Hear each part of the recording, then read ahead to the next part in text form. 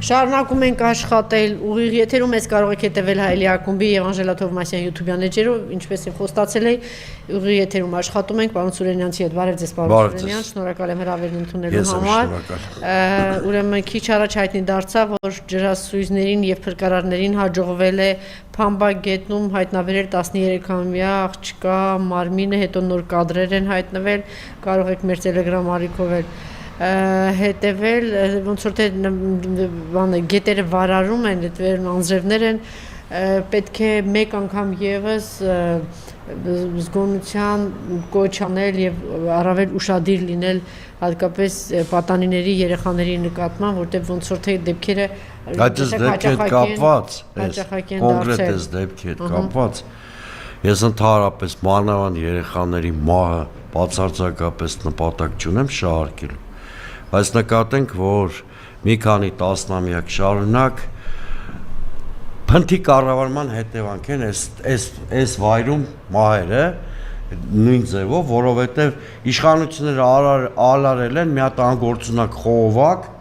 տարիներ շարունակ տասնամյակներ ապա մոնտաժը, որ կամուրջի իմիտացիա չստեղծվեր, այդքան զորեր չնեին։ Այո, դե այդպես է, դե ունենք այսպիսի իշխանություն եւ այսպես ճիշտ ասած անգամ չգիտեմ որտեղ է սկսեմ, եկեք կարճ խոսենք դրա մասին, բանակցությունները ոնց որ թե որոշակի դրական հունի մեջ են ընկել, գիտեք անընդհատ երկու կողմից շատ ծայրահեղ բան հայտարարություններ են հնչել, այսօր մի քանի անգամ մեջբերել են Պակիստանի եւ Կատարի անխոշ միջնորդության ջանքերի շնորհիվ հաջողվել է զգալի առաջընթաց արձանագրել Լիբանանում պատերազմը դադարեցնելու գործում, հայտարարել է Իրանի արտգործնախարարը, ես չեմ դադարում կրկնել, որ հիացմունքս այն առումով, որ տեսեք իր դաշնակի երկրի համար ինչ կռիվ է տալիս, չնայած այն ինչ որ հայտնի է դարձել, հա, ինչ որ բաներ սպրտեցին դուրս, ինչ որ ինֆորմացիաներ եւ բավականին բան շահեկան բաներ Իրանի համար, բայց իրենք չեն դադարում կրկնել եւ քանի դեռ ռմբակոծությունները չեն կանգնել Լիբանանի ուղղությամբ, բայց բանակցությունները չեն լինի, կարճ կխնդրեի, եթե շատ կարճ մի բան ասեմ, ես այտենց էլ համառունորեն չգտա Նիկոլ Փաշինյանի նշած երրորդ միջնորդ երկրին Թուրքիային, եթե հիշում եք, երբ որ Ամերիկայի Միացյալ Նահանգների եւ Իրանի միջև այս փաստաթուղթը ստորագրվել էր էլեկտրոնային տարբերակով, հաջորդ օրը Նիկոլ Փաշինյանը մի հատ ուղերձ արեց, հատուկ նշելով միջնորդների ջանքերը, չգիտես ինչի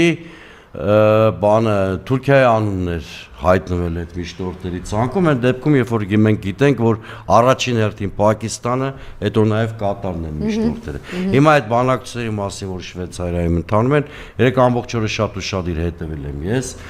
Իսկապես բանակցությունները ուղեկցվում են ինֆորմացիոն աննախադեպ աղմուկով, այսինքն փոխադարձ մեղադրանքներ, հայտարարություններ, շատ բարձր նշաձողեր երկու կողմից, գիտեք, որ բանակցությունների կեսին էլի հեպատաժային հայտարարություն արեց Թրամփը, համայրավիժեցման եզրին էին բանակցությունները։ Դե իրենք էլ ասեցին չենք շարունակի։ Փրկեց իմ կարծիքով իրավիճակը Վենսը, բավականին հանդարտ տոնով եւ այլն, բայց ինչ էլ բանակցեն, եկեք երկու բան ֆիքսենք։ Իրանի կարողությունը ասիմետրիկ հարվածներ հասցնելու պատերազմի ժամանակ բերեց նրան, որ հետ պատերազմյան ստատուս քվոն ավելի ձեռնտու է Իրանի համար բոլոր առումներով, օրինակ Հորմուզի խաղաթուղթը չկար մինչև պատերազմը։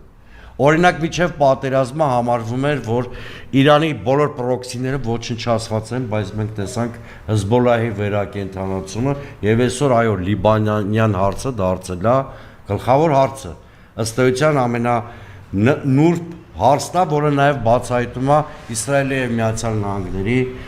հակասությունները։ Բայց ես մի կանխատեսում անեմ, այս բանակցությունները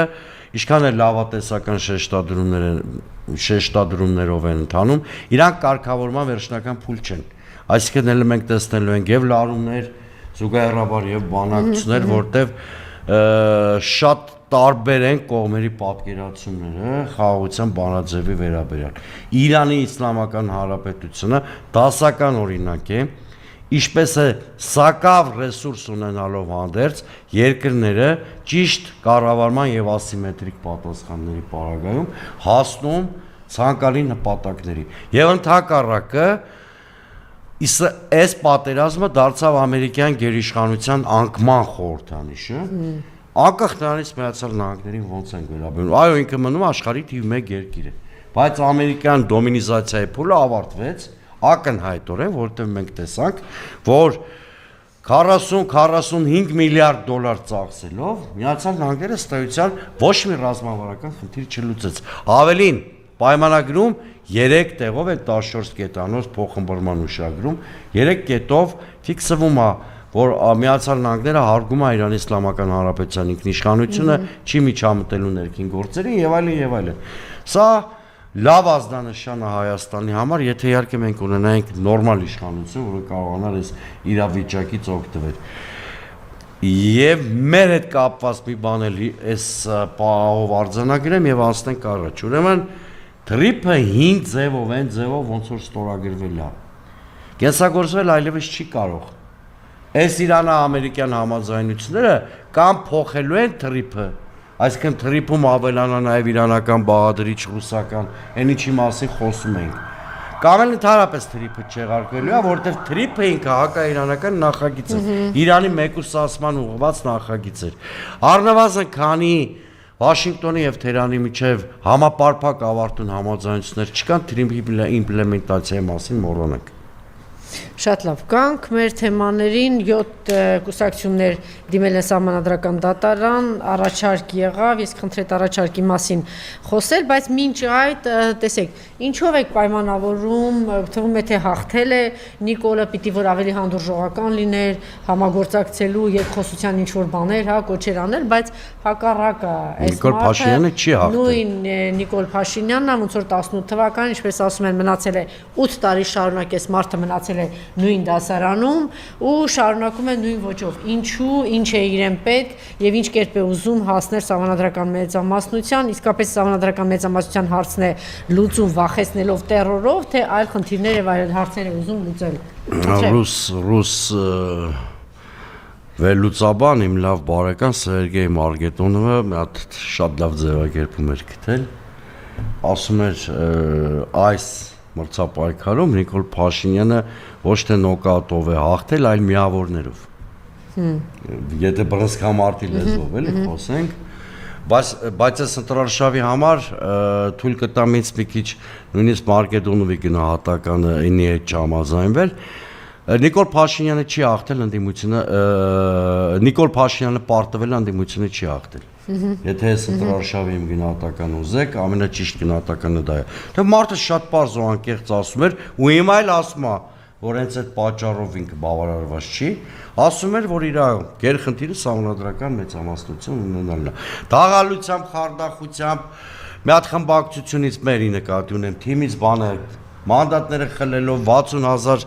մարդու ձայն գրպանելով եւ այլն, ինքը ընդամենը որակյալ մեծամասնություն է ստացել, որը բանը լեգիտիմության անես մտական է դրել իրանց շատ սիրելի Դանիել Յոհաննիսյանի գնահատմամբ լեգիտիմության նեցական է դրված բանի անեցական է դրված իրավական լեգիտիմության տակ, որ դա որ տրակելու է ցանկացած բայի։ Սա մեկ։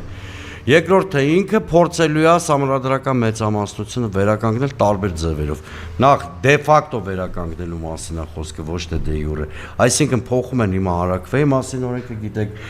բանեն աննախադեպ մի հատ քայլ են գնում, ընդդիմությանը սորտավորեցին, պիտակավորեցին, վարկաբեկեցին, հիմա էլ անցել են քաղաքացիների սորտավորմանը, աննախադեպ բան է սա, ընտրողների ֆիլտրում են ընտրողների ցուցակները, հաշվարկը շատ պարզ է, որ ստանան այն 450-500 հազարը, իսկ իջացնում են շեմը 400-500 հազարը այոյի բավարար հիմք կարող լինի իրանց հաշվարկներով սահմանադրական։ Երրորդը ինքը պլանավորելու է անդիմադիր կուսակցությունների այդ 3 առաջնորդների կամ բոլորի կամ նրանցից ոմանց կալանավորումը, հակակոռուպցիոն կոմիտեն հայտարարել է, որ արդարադատության նախարարությունը ինչ-որ փաթեթ է ներկայացրել օրենսդրական, որը ենթադրում է ոնց որ թե մի քանի կուսակցությունների գործունեության արգելում, ում կկապեն իբրև թե ընտրակաշարքների բանի հետ, աննախադեպ այդ վիճակը երկրում ստեղծվել։ Ընդդիմությունը վիճարկում է իշխանության լեգիտիմությունը, իշխանությունը վիճարկում է ընդդիմության լեգիտիմությունը։ Դուք դες բան եք տեսել։ Այս խորհրդարանում այդ մի հարցում Նիկոլ Փաշինյանն ու ամբողջ ընդդիմությունը համերաշխ են։ Տարբեր պատճառներով երկուսն էլ ապան լեգիտիմացնում են ազգային ժողովում։ Ընդդիմության փաստարկները երկացիա է, ուժեղ է, բնական է, նորմալության մեջ է, էլի։ Բայց ով է, եթե ինքը ասում է, դրա քաղաքագիտության դասախոսին պիտի գտնեն համալսարանում գործից հեռացնեն։ Եթե ինքը ասում է, առնվազն ընդդիմության մասով խորհրդանը լեգիտիմ չի, ուրեմն վերջ կասկածի տակ է դնում իր իշխանության լեգիտիմությունը։ Կիսով չափ լեգիտիմ ազգային ժողով չի դնում։ Կամ այդ անտերը լեգիտիմ է, կամ լեգիտիմ չի։ Այդ ու բան չի։ Բայց Լևոն Զուրաբյանը շատ ճիշտ բան ասեց, եթե դու ասում ես, որ կեղծված են եղել, նախ առաջին պատասխանատուն այդ ընտրությունների ով է, դու ինքդ ես, դու դրա մարդի պատասխան տաս, եւ երկրորդ, եթե ասում ես լեգիտիմ չի, ինչի՞ չես դիմել սահմանադրական դատարան։ Նախ պիտի դիմեր սահմանադրական դատարան։ Երկրորդը, եթե համընդհանուր կարծիք կա, որ այս ինստիտուտը լեգիտիմ չի, ինչ են անում։ Լուծարում են այդ ինստիտուտը, գնում են նոր ընտրությունների։ Հիմա սահմանադրական դատարանում բացառիկ հնարավորություն կա դա անելու։ Սահմանադրական դատարանը ինքը անգամ վերջում 1-2 այլ կարծիք ունեցող դատավորի չհանդուրժեց։ Այդ ամեն ինչը ինքը այսօրվա համար է, չէ՞, բացառիկ շանս կա։ Սահմանադրական դատարանը հատկապես վերջին երկու ֆիլտրումից հետո լրիվ իր գրպանում է։ Հիմա բացառիկ շանս ունի։ Իր համար։ Բացառիկ շանս ունի։ Լեգիտիմ չես համարում հրանգի այդ քո դատավորներին, մեկ այլ լրիվ կողմն է։ Իմիջայլոց առաջին անգամ սահմանադրական տեսեք օրինակ Ռոբերտ Քոչյանը, որ եկավ նախագահ, դատավորների կեսը Լևոն Տեր-Պետրոսյանի օրոք էին նշանակված, որ Սերժ Սարգսյանը եկավ նախագահ, հələ Լևոն Տեր-Պետրոսյանի օրոք նշանակված էր կար, Քոչյանի օրոք էլ կար, ինքն էլ էր նշանակում։ Սա միակ իշխանությունն է, որի օրոք բոլոր դատավորները նշանակվել է իր կողմից։ Հիմա բացառիկ շանս ունես այդ դատավորներին հրանգի ընդդիմության պահանջը բավարարում են, անվավեր են ճանաչում ընտրությունների արդյունքները, գնում ենք թազա ընտրությունների նոր։ Եթե դա չի անում, ուրեմն ինքը սուտ է խոսում։ Ուրեմն ինքը չէ, ինքը ոչ թե սուտ է խոսում։ Բացահայտում է իր դիվային պլանը։ Իսկ իր դիվային պլանը հետևյալն է. ճնշումների, ռեպրեսիաների միջոցով հասնել արդեն իսկ կեղծված խճանակարի աղճատմանը, այսինքն որ ինչ-որ անաստագողություն անի քաղաքական բան անի, կամ այդ ձևով 2/3-ը լրացնի, կամ օրենքները նես փոխի, որ այդ 3/5 ունենալը հավասարազոր դառնա 2/3-ին։ Հիմա ինքը այդ ուղղությամբ է, չէ՞ գնում։ Այսքան բացահայտ իմիջայլոց այս ընտրություններում մի հատ դրական բան կա, Քարոզ Արշավի մեկնարկից միջև հիմա Փաշինյանը չի ստում։ Ամեն ինչը շատ պարզ է։ Ինչ ասում է, բանն ասում է, ես գնացել եմ օրինակ ձայն եմ տվել փողով, Չէ, այդ ընդդիմության տված գնահատականները չեմ ասում։ Ընտրարշավի ժամանակ ասել է ինչա զիջելու։ Հա, տարածքները նկատի ունեք, հա։ Ես նկատին եմ խոստումների առումով։ Ընտրությունից հետո շատ պարզ ասում է մեր Սմատրիաշին, անհանգիստ էր, Հաջիևը եկավ Երևան, Դիջևան էր, Դիլիջան էր, եկավ բանը, եկավ Հայաստան, մենք իրան հանգստացինք, իր աշխատեր տվեցինք, որ չնայած 550,000 մարդ ռևանշիստ է Հայաստանում, բայց պրոբլեմ չունեք։ Բայց չէ, եթե մի հատ բա մյուս հարցը ինքը կանգնում է ընդդիմության ասում է որևէ մեկը որ խոսի 300,000 ադրբեջանցիների մասին, մեկ էլ դրա մասին դա սուտ է, ինչ է, մեկ էլ դրա զուգահեռ Սամվել Կարապետյանին դատի է տվել թեմայով, ուրեմն տեսեք, երբ որ ես ու Հայկ Նահապետյանը, ձեր մյուս հայտնի սպիկերը, բանը ոչ արեմտյան Ադրբեջանի շարժում էինք ստեղծել, բոլորը մեզ ծաղրում էին, այդ 6-7 ցավոք սրտի եմ ասում դիմադի։ Չէ, այն ժամանակ եկնանքով էին վերաբերվում։ Ես ու Հայկը երկուսով գնացել ենք ակցիաներ եկել։ Մի րոպե, տեսեք։ Հիմա այդ րոպեին ուրեմն մի հատ մորուքով անհաջող տիպ ունեն այդ իրանց խմբակցությունում, այդ Արթուր Հովհաննիսյան, հա։ Տաթևիկ Հարությունյան Հայրապետյան Արթուր Հովհաննիսյան Տաթևիկ ասեցի այնտեղից, հա։ Ուրեմն այս Արթուր Հովհաննիսյանը այն պահին է խրոխտ ասում բաոր են Ադրբեջանի 300,000-ը, երբ որ Օրդուբադում Մեղրից մի 20 կիլոմետր հեռու է այդտեղ, էլի, հետ էլ ասեմ։ Ինքը չգիտեր դրա մասի, որ տեղանում է։ Չէ, ես կարծում եմ այնքան դե մակերեսային ամեն ինչը։ Հաստատ ինքն մարդը չի էլի, որ հիմա, բայց Օրդուբադում շատ վտանգավոր բան է տեղի ունեցել, ով էր կազմակերպիչը միջոցառման, նախագահի աշխատակազմը եւ կրթության նախարարությունը։ Ինձ նախագահի աշխատակազմը այդքան չի սարսափեցնում, ինչքան կրթության նախարարությունը, որովհետեւ երբ որ մի ծրագիր մտնում է կրթության կրթական դասագրքեր, դիսցիպլիներ, դառնում է ակադեմիական ուսումնասիրության առարկա, նշանակում է այդ պետության համար այդ ծրագիրը շատ երկարաժամկետ նշանակություն ունի։ Դա օրինակ, եթե մենք մեր ցեղասպանության հարցը մեր կրթական ծրագրերում ներառել ենք, պարզ է, չէ՞, ենք ներառել։ Իհարկե հիմա վերանայում եմ, բայց ընդհանրապես եմ ասում։ Հիմա այդ Արևմտյան Ադրբեջան կոնցեպտը ներառված է իրենց ակադեմիական կրթական բոլոր ծրագրերում, ինչ ասեց այդ իրենց նախարարը, ասեց սա Ադրբեջանի համար ազգային ինքնության հարց է։ Այսինքն դեմոգրաֆիկ էքսպանսիան, որը ենթադրում է Հայաստանի նկատմամբ տարածքային հավակնություն, իհարկե դեմոգրաֆիկ ճնշման միջոցով։ Սա Ադրբեջանի համար իրենց ինքնությունը վերագտնելու հարց է։ Դա ես չեմ ասում, իրենց կրթության նախարարն է ասում։ Այն ազգային ժողովի փոխնախագահն էլ հավելեց, նու ավելի ֆունդամենտալ էր կրթության նախարարի ելույթը։ Դրանից հետո իմ մոտ երկու հարց է առաջանում։ Եթե Նիկոլ Փաշինյանին թվում էր անդադ միակողմանի նվաստացուցիչ զիջումներով այսպես փոշված խաղաղեցման է տանում Ադրբեջանը, ամբողջովին սնանկ դուրս եկավ էս, որովհետև ոչ մի կապ չունի, ուզում ես Արցախի դրոշի գնային հրապարակից անի կամ այդ ազգային ժողովի դες բանը սեղանների վրից անի։ Դա բացարձակապես Ալիևը թքած ունի դրա վրա։ Ինքը ունի հստակ ռազմավարություն ու այդ դու ես հիմարաբար քո քաղաքական ներքին կյանքին վերաբերվող հակամարտություն, իշխանություն, ընդդիմություն, ներկայացել պատերազմի կուսակցություն, խաղաղության կուսակցություն, բանով մի հատ էլ հաղթաթուղթ տես տվել Ալիևին, հիմա էլ Աջիևին ուղարկել է, ասում այս քո գծած բանաձևով ոնց որ դու չես տիրապետում իրավիճակը։ Ու շատ ճիշտ է անում, բայց այս կոզեր տաս թշնամուն չօգտվի, կամ էլ երկրորդը, կամ էլ Նիկոլ Փաշինյանը միտումնավոր բթացնում է ժողովրդի իմունիտետը, շատ էլ լավ գիտի, որ այդ Արևմտյան Ադրբեջանը իրական ծրագիր է, բանակցություններում լավ էլ քննարկվում է կամ իրանց ասում են, ինքը գալիս է միտումնավոր բթացնում է մեր ազգային դիմադրության իմունիտետը, որտեղ դա պետությունների, այսպես ասեմ, հապատակեցման ամենափափուկ գործիքներից մեկն է, չէ՞, գալիս ես քո դիմադրության կենտրոնները ոչնչացնում ես, որ մեկը չի հասկանում, որ ինքը Ալիևից մոտավորապես կես տարվա 6-ից մի տարվա կարտ բլանշ է խնդրի։ Հենց այս Հաջիևի այցով։ Այսինքն ասել է, հա, մեր գծածից դուրս ա եղել, ես կլուծեմ այս դիմադրության կենտրոնների չեզոքացման հարցը, ես կապահովեմ Հարաքվեի անցկացման համար ինստիտուցիոնալ պայմաններ, Նիկոլ Փաշինյանը պատրաստվում է արտահերթ ընտրությունների, բայց դա հիմա չի լինելու, իլյուզիաներ չունենաք սիրելի ընդդիմադիրների վասալ։ Ինչի՞ դիանի բայց արտահերթ ընտրություններ։ Սա դեյով չի, ասեմ ձեզ ինչ ա լինելու, երբ որ ինքը այնուամենայնիվ ընդդիմությունից մարդ վերբով կա չկարողանա անի, բոլոր լիդերներին ձերբակալելուց մի քանի կուսակցություններ փակելուց հետո մի տարի հետո արդեն Հարաքվեի անցկացմանը զուգահեռ չեմ բացառում, որ ազգային ժողովի արտահերթ ընտրություններ նշանակի, այդ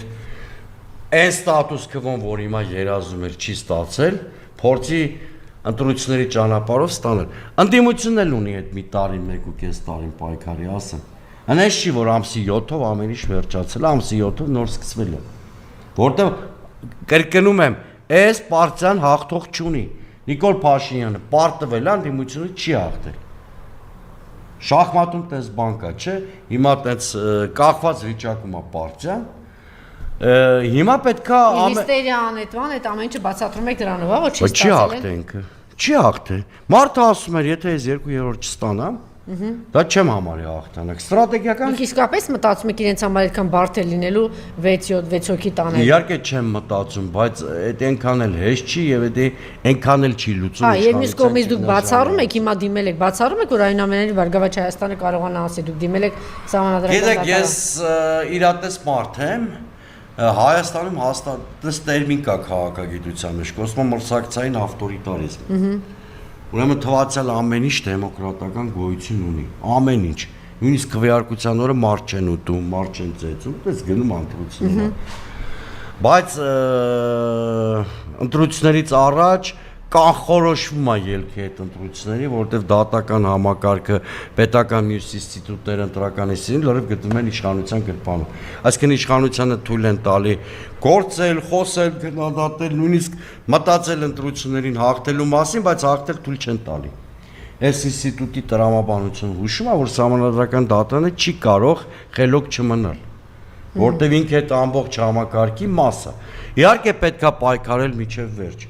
Ես էլի ասեմ, Վագն, Հովակիմյանն ու այն մյուս 6-ը այդ հանձնաժողովի քրեական հանցագործներ են, որտեղ իրանք կատարել են քրեորեն պատժելի արարք։ Հիմա սահմանադրական դատանի 9 հոգի են, չէ՞ կարծեմ։ Այդ 9 հոգին թեստում են հանձնելու, կամ դառնում են քրեական հանցագործներ, կամ գործում են իրավունքի եւ օրինականության դաշտում։ Հիմա գնդակ իրանց դաշտում է, ընդդիմությունը պարտավոր ու դիմել է։ Ընդ որում, երբ որ 7 կուսակցություն է դիմում, հաշվեք 9, գիտեք ինչի եմ ասում հաշվեք 9, որովհետև օրինակ այն հայտնի հայտարարությանը բանը Լուսավոր Հայաստանը նույնիսկ 10 այն հայտնի հայտարարությանը ԿՀ-ի օրը, որ հրապարակվեց 6 հայ կուսակցությունների, Լուսավոր Հայաստանը ՀԱԿ-ը, ազգային ժողովրդավարական բևեռը միացել էին, հիմա ՍԴ չեն դիմել, որտեղ այդքան դիմող կա։ Այսինքն համարեք իրականում ոչ թե 7 ուժա վիճարկում, այլ 10։ Հիմա, եթե այս թվով ուժեր վիճարկում են ազգային ժողովի ընտրությունները, ինքը ցույցի չէ, որ քաղաքական առումով այդ ընտրությունները լեգիտիմ չեն։ Միշտ Հայաստանը ոնց ա եղել։ Մի ուղղության ուժեր են վիճարկի։ Օրինակ, ընդդիմությունից Հայաստան դաշինքն ու պատիվ ունեմ, որտեղ իրանք մի գծի են դիմադրել։ Արևմուտքը ճանաչեց, Ռուսաստանը ոչ, շարունակում է չճանաչել, հետևանքների դրա հետևանքների մասին խոսել։ Անդամներից երկուսը չեն ճանաչել ՄԱԿ-ի։ Ես չեմ լսել Չինաստանի շնորհավորանք, դուք լսել եք, ես չեմ լսել։ Ռուսաստանի դաշտությունը չի շնորհավորել, Չինաստանը չի շնորհավորել, մեզ Բրիտանիան շնորհավորել է ոչ վարչապետի մակարդակով, պետքարտուղարի մակարդակով է շնորհավորել, այնքան էլ շնորհավորանք չի համարվում, այ գիտություն ընդունելաներ։ Միայն Անվտանգության խորհրդի անդամներից առաջի դեմքերի մակարդակով շնորհավորել են Ֆրանսիան։ Հիմա մարդը պատրաստվում է գնալ ԵԱՏՄ միջկառավարական նիստ է լինելու եւ ասում է հարցերը կկարգավորի Նիկոլ, ինչպես եղել է վերջին տարիների ընթացքում։ Մի րոպե, ինչպես, ինչի հաշվին, ոնց, ինչ է։ Ինքը ինչ անում։ Մոսկվա գնալուց առաջ ինչ անում եւ շարունակելու է անել։ Ստեղ էլ գամ Զատուլինի։ Ինչ էր ասում Զատուլինը մի քանի օր առաջ։ Ասում էր դե յուրե երբեք չենք ճանաչելու, բայց դե ֆակտո կարող է չճանաչել։ Մոտավորապես այս կարգի բանաձև էր։ Ես համարում եմ, որ Զատուլինը ինքը ռուսական որոշակի շրջանակների կարծիք է ներկայացնում, չնայած ռուսական քաղաքական վերնախավի ստատուս քվոյի տեղյակ լինելով, գիտեմ, որ ամենաազդեցիկ կարծիքը ներկայացնողը չի, այսպես ասեմ, այս պահին։ Ինչև է։ Չէ, բայց անգամ իր հայտարարության մեջ որոշակի մեղմացնող բան կար, չէ, բայց գիտեք, որ մի շատ ավելի տեսեք։ Ռուսները Նիկոլ Փաշինյանի խաղը հասկացել են։ Իրանք էլ են ստավկեքը շատ բարձրացրել։ Հիմա Նիկոլն էլ է փորձում ստավկեքը շատ բարձրացնել։ Ինչն է իմաստը Նիկոլ Փաշինյանի արածի։ Ռուսներին ասում հասկացել են, որ դուք ստավկեքը շատ բարձրացնում եք, որպեսզի ինձնից զիջում կորզեք։ Ինքն էլ իր հերթին բոլոր ռուսամետ կոչված ուժերին փորձում է ջախջախել, ստե։ Գլխատել Սամվել Կարապետյանի ուժնա Գագիկ Ծառուկյան, Ռոբերտ Քոչարյան, որպեսզի ասի մեկը Հայաստանում ես եմ մնացել։ Ուզեք իմ հետ պիտի խոսեք, հա։ Հիմա այս ներվերի խաղն է գնում Մոսկվայի Երևանի հարաբերություններում։ Հիմա դե ոնց որ իրեն ռուսները իրան ճանաչելու են շատ մեծ գին իր առաջ դնելով, այսինքն Մոսկվա Սլիզամնի վերի։ Օրինակ ինչ։ Օրինակ ինստիտուցիոնալ երաշխիքներ, որ այս եվրոպական խաղերը թարգվում են։ Ահա։ Որն է այդ ինստիտուցիոնալ երաշխիքը։ Օրինակ այն օրենքի չեղարկում։ Հա, այդպես։ Բա իհարկե, բանավոր Պապայ արևով, մանավանդ իրանք եւի գիտեն Պապայ արև բառը Նիկոլը ոնց է ասում։ Հա, այսինքն այդ Պապայ արևով չի լինելու։ Էս մեկ, երկրորդը այլ երաշխիքներ, որ ես չեմ պատկերացնում, բայց ռուսները հաստատ պատկերացնում են, շորի փաստաթղթ տավորված մի խոսքով, ոչ թե բանի առ։ Մեկը սա է, երկրորդը հակադրության շարունակությունն է։ Հիմա Մարդիկ կան կանխատեսում են, որ Ռուսաստանը հաստատ, ընդհանրապես կարող է միջև վերջել ընտրությունների արդյունքները չճանաչի, անկեղծ ասած մի փոքր ռետորաբանությունը թույլատնելու է Ռուսաստանը, որովհետև այնուամենայնիվ սանկցիաներ չասեմ, մեծ բաները որ գիտեք, այդ առայժմ չի թույլատնի։ Նույնիսկ զմերվա մոտ կհասնի բանը նրան, որ գազի շանտաժ է։ անկախ նրանից ստորագրի թե չէ, այն ինչի մասին դուք խոսեցիք։ Դե եթե Նիկոլ Փաշինյանը զատնի դնել, այսպես կոչված, կամաց կթույլատնեն։ Ի վերջո բանն էլ է, չէ՞, Թրամփը Իտալիայի դեմ բարձր մաքսատուրքեր ասամանում, Իտալիայի կառավարությունը նահանջում ենք, դել մաքսատուրքերն այն չասնում։ Այդ բանը էլ նոր բան չկա, Թրամփը ո՞նց է իր դաշնակիցների հետ վարվում։ Որ Ռուսաստանը ավելի դաժան։ Ոչ մի կայսրություն մայր Թերեզա չի։ Դե հիմա չեմ կարծում, որ Նիկոլի գլխին Մադուրո դվա են սարքելու այդ կարգի օպերացիա։ Առայժմ չէ։ Ամերիկացիք։ Չէ, ռուսները։ Բա ամերիկացիք Դե հիմա ցանկա Նիկոլ Եթե որևէ աշխարհակահաղական կենտրոն նման ծայրահեղ քայլ որոշի անել Հայաստանում, Հայաստանի ինքնիշխանության դժվարությունը կտեսնեք։ Զրո դիմադրություն ալնելու դուք եք գիտեք, ես եք գիտեմ, բայց հիմա հարցը այդ չի։ Հիմա հայ-ռուսական հարաբերությունները վերաբերում, ճգնաժամը շարունակվելու է շատ երկար։ Հետևանքները կամ Նիկոլ Փաշինյանի իշխանությունն ու ռուսները ինչ-որ կոմպրոմիսի են գալու, կամ ռուսները շարունակելու են ճնշումները, ինչը էապես մեծացնելու է իշխանության ճգնաժամը մեր։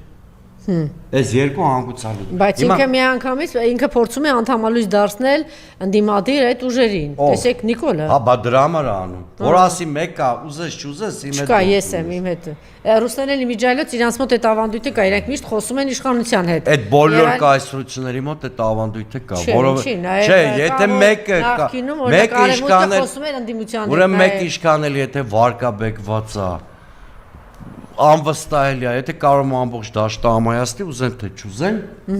պետք է հարաբերվեն իր հետ։ Տեսեք, մի կողմից Զադուլին այդպիսի հայտարարություն է անում, սկզբում ավելի, գիտեք, որ ամենակոշտ հայտարարություն անողներից մեկը ինքն է եւ լինելով հայ ժողովրդի ամենամեծ բարեկամներից մեկը, մուտքը արգելված է այստեղ։ Այդպիսի հայտարարություն է անում, հետո այս վերջին հայտարարության մեջ մենք նկատում ենք, որ որոշակի բաներ կա,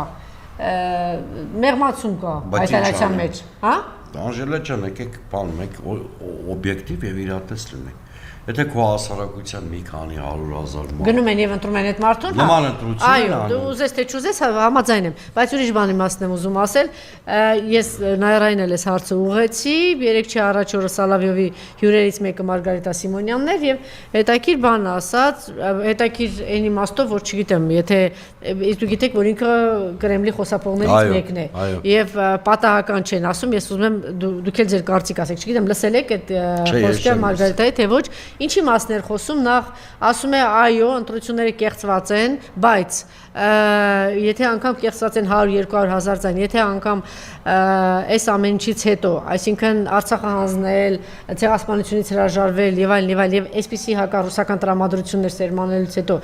ինքը ունի 1 ձայն կամ պատերազմից ինքը ստացել է 1 ձայն կամ ունի 1000 ձայն, սա խայտարակություն է։ Եվ ասում է այն մարդիկ, որ գնացել են իրեն ձայն են տվել, ինքը երբեք չի հրաժարվել դրան, հակառուսական տրամադրությունները 18 թվականից մինչև հիմա, սա նշանակում է, որ այդ մարդիկ կողմ են, որ Ռուսաստանի հետ այս հարաբերությունները սրվի կամ խզվի։ Հետևաբար շատ կոշտ, օրինակ առաջարկ արեց, ես առաջարկում եմ ինչպես վրացիները, նրանք ովքեր որ խոսում են Աբխազիայի իրավունքների մասին, Օսեթիայի եւ այլն, սոցցանցերում կամ կարբեր տեղ,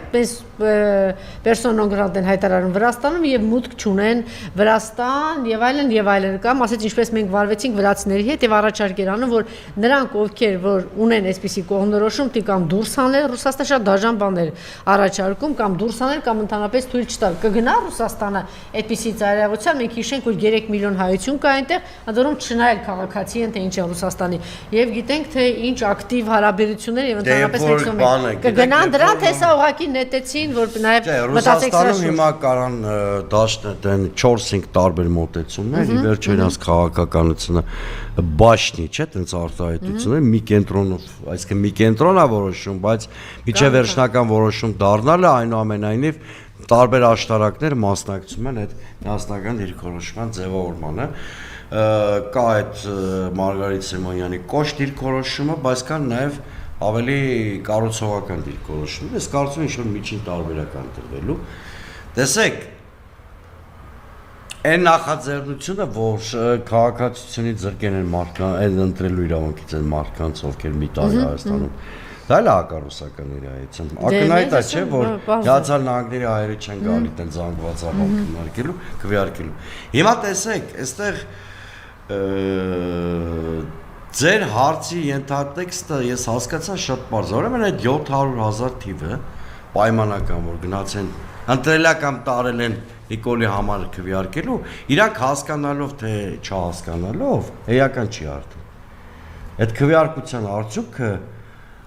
դա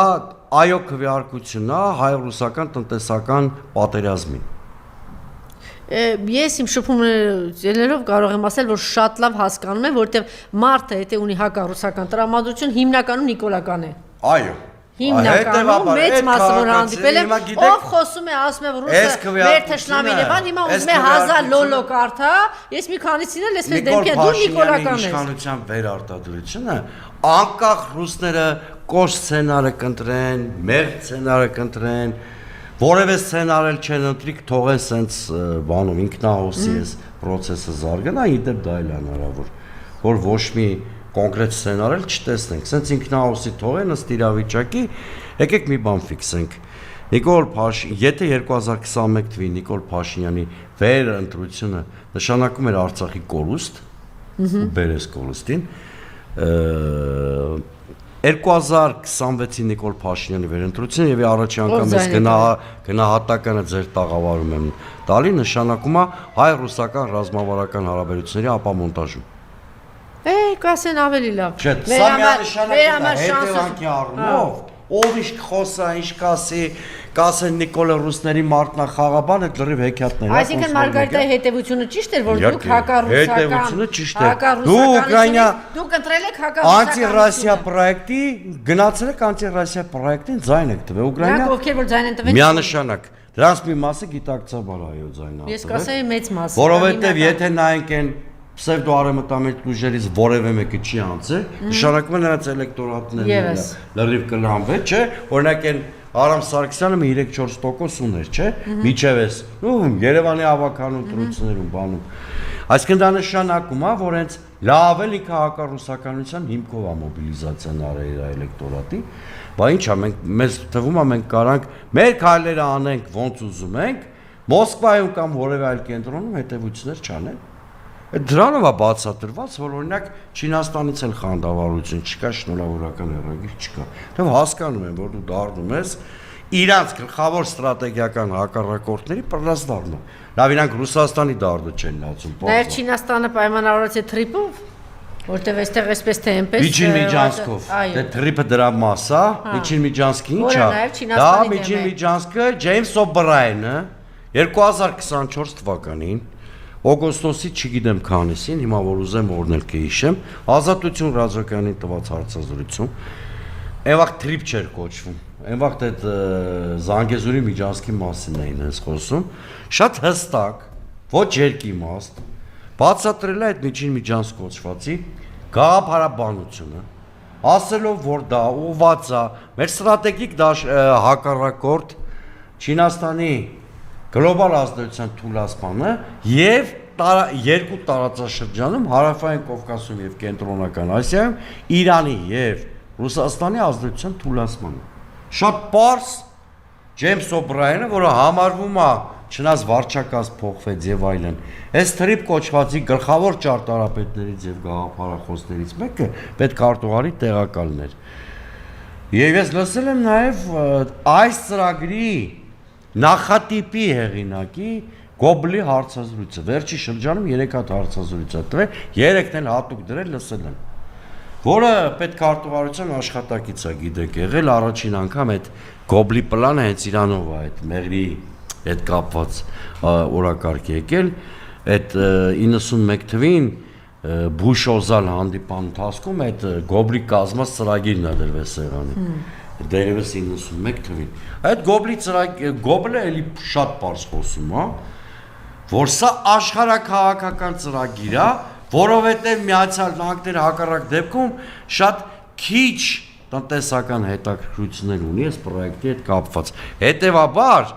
այս բոլորը երբ որ միքս ենք անում եւ ուսումնասիրում ենք Նիկոլ Փաշինյանին ձայն տվածների էլեկտորալ վարքագիծը, Ռուսաստանում իրավունք ունեն նման հետևություններ անելու։ Իհարկե դա չի նշանակում, որ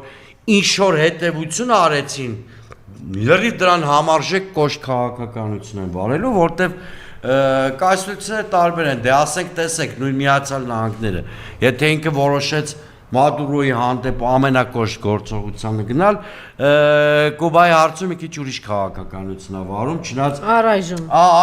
շրջապատել է եւ Ռուսաստանն էլ առայժմ, բա ձեզ թվում է ռուսական կամպանիաները Մոլդովայի բանում, Ուկրաինայում կամ Վրաստանում միանգամից ամենասուր ֆազայով է սկսվել։ Չէ, սկզբում փորձել են բանակցել,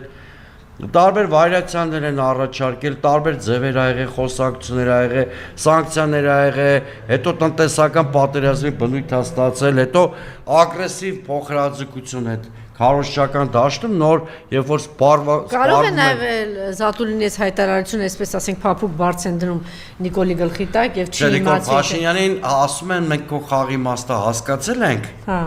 դա։ Այնուամենայնիվ դու պիտի գնաս ինչ-որ հնարավորություն են թողում Նիկոլ Փաշինյանին։ Եկեք սենց ասեմ, էլի իմ ընդդիմադիր գործընկերներին էլ մի հատ իլյուզիայից ազատ եմ, էլի։ Ռուսաստանի վրա դրված չի Հայաստանում իշխանություն փոխելու պարտականություն։ Մենք ամեն ինչը նայում ենք, այս մեր ընդդիմադիր դաշտի մի հատված է, լավ, որոնք մի քիչ քաղաքականությանը սիրողաբար են, էլի վերաբերում, իրանց թվում է Կրեմլում դարդուցավ չունեն, ամեն օր զարթում են, մտածում են Հայաստանում ոնց իշխանություն փոխել։ Չկա տես բան։ Մոսկվայում, Կրեմլում ամեն օր զարթում են, իրանց ստրատեգիական շահերի մասին են մտածում։ Պետք է լինի Նիկոլ Փաշինյանին կօգտագործեն։ Պետք է լինի Նիկոլ Փաշինյանի կփոխեն, պետք է լինի Նիկոլ Փաշինյանի նկատմամբ շատ իրանք որևէ ընդդիմադիր ուժի իշխանության բերելու պարտականություն չունեն։ Իրանք կարան գործընկերություն առաջարկեն որևէ ընդդիմադիր ուժի, շահերի ընդհանրությունը լինի, դրանով ստե ներքաղաքական ստատուս քվո փոխվի։ Այդ բանը մեր մոտ միացած սովորություն կա, էլի, ընդդիմադիր ուժերի ինչ-որ հատված կա, ասենք մի հատ թռնում է Մոսկվա հետ է գալիս է իրան 7-րդ երկնքում ազգում։ Դե ես ասեմ արևմտամետները մի հատ դեսպանատուն են գնում գալիս։ Չէ, նրանցը вообще психоз է։ Նրանցը вообще психоз է։ Նրանց բանը մեկը կար, չէ, արևմտամետ էս վերջերս հմեկի եթերում բան էր անում։ Անեց բանը էմոցիոնալ տեսքով էր ասում Պուտին։ Մի 40 անգամ ասեց Իստված Պուտինին այլ բնույթի առաջարկություն անում, բայց իշորա բանը։ Այդ ինչ է ձեր մտքով անցնում։ Չէ կոմալ, դե ես ինչ ամաչեմ, բայց ոնց ասում Պուտինը։ Բանը, այսինքն մեր մոտ բան առաջացել։ Մեր մոտ Չէ, արևմտամետն ընդհանրապես կործանված մարդիկ են։ Ես իրանց մասին չեմ խոսում, պսևդո արևմտ։ Իրանք կործանված ժողովուրդ են, ասենք հիմա իրանց ինչ Շատ լավ, կանք Սամվել Կարապետյանի առաջարկին, ընդդիմադիր ուժերի արձագանքին, այսօր էլ չգիտեմ, ծանոթացա կոնգրես Ես երեք գիշեր եմ ծանոթացել, ուրեմն բոլոր առաջարկներն էլ շատ պոզիտիվ ու ռացիոնալ են, միանգամից ասեմ։ Սամվել իհարկե ասենց ասենք, շատ անկեղծ կոնգրեսի ընկերներն էլ արժևորելով, առանց իմ ասելու էլ իրեն գիտեմ, որ իրենց արժևորում են, բայց հիմնական բեռը ու պարտականությունը դրված է Սամվել Կարապետյանի վրա այս հարցում, որովհետև քվեարկություն ա եղել, մարդիկ իրան են հանձնարարել ընդդիմության առաջնորդ լինելու մանդատը։ Այդ հոենսնես բան չի։ Հետևաբար ինչ շատ հետաքրքիր կլինի Սամվել Կարապետյանի առաջարկած կոնսոլիդացիայի բովանդակությունը մեթոդոլոգիան հասկանալ, որտեղ ռեսուրսների իմաստով էլ ինքը առելի ռեսուրսների է տիրապետում եւ նաեւ մարկային էլի, այստեղ մենակ ֆինանսի մասին։ Այսինքն դի սпасել իր խոսքը ասեց, հիմա իրանք ես գիտեմ, տեղյակ եմ, կոնսուլտացիաներ են նախաձեռնել, բոլորի հետ էլ հանդիպում են, բայց հակի առաջարկներն էլ շատ լավն են ու ես կոչ եմ անում, որ բանակցողները բոլորը հետ վերցնեն, մենք կոնկրետ հանրային համերաշխության մոդելից դերևս քարոզարշավի ժամանակ ենք խոսել, այսինքն ԲՀԿ ընտրաթիմը, սա շատ կարևոր է, գիտեք ինչ լինի, շատ կարևոր է